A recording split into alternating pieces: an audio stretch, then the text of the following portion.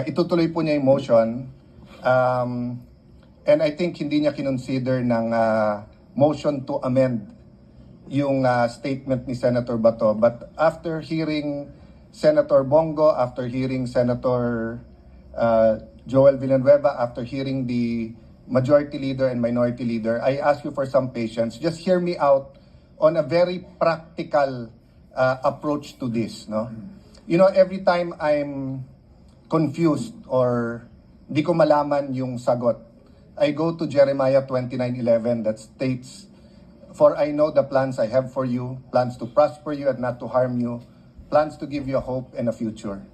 But I'm reminded that kung ang Diyos may plano sa atin, ang demonyo may plano din sa atin. So, one way or the other, we have to make a decision today, and it has to be the right decision. So, ito yung very practical approach ko po. We can do three things. We can dismiss it today, we can remand it to the House of Representatives, or pwede natin ituloy bukas. If we dismiss it today, based on the ground that it is violated the Constitution at more than once na po ito na-file in 1 year, we don't have enough time today to debate that. As the Minority Leader said, yes, we can take judicial notice of the dates, pero I wanna see the documents. Kailan ba talaga nag-file, sino, final, etc. So aabot tayo bukas and even tomorrow with 23 opinions dito. My point is, Mr. President, I cannot in conscience, as a lawyer and as a senator judge, just make that rash decision that it violated the 1 year. I mean, ngayon ko lang nalaman na pwede yan, or if we were thinking about it the last few days, pero ang Supreme Court nakailang araw na, nakailang linggo na, hindi rin nagdedesisyon pa. So, mabigat tong puntong ito.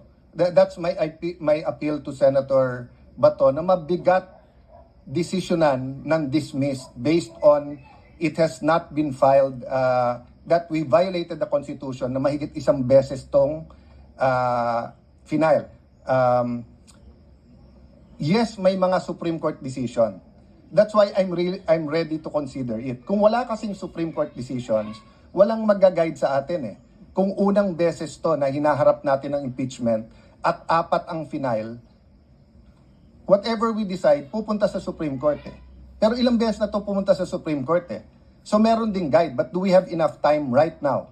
Second po, handa ba ang prosecution? Ang makakasagot lang po nun, not even the re-elected prosecutors. Remember po,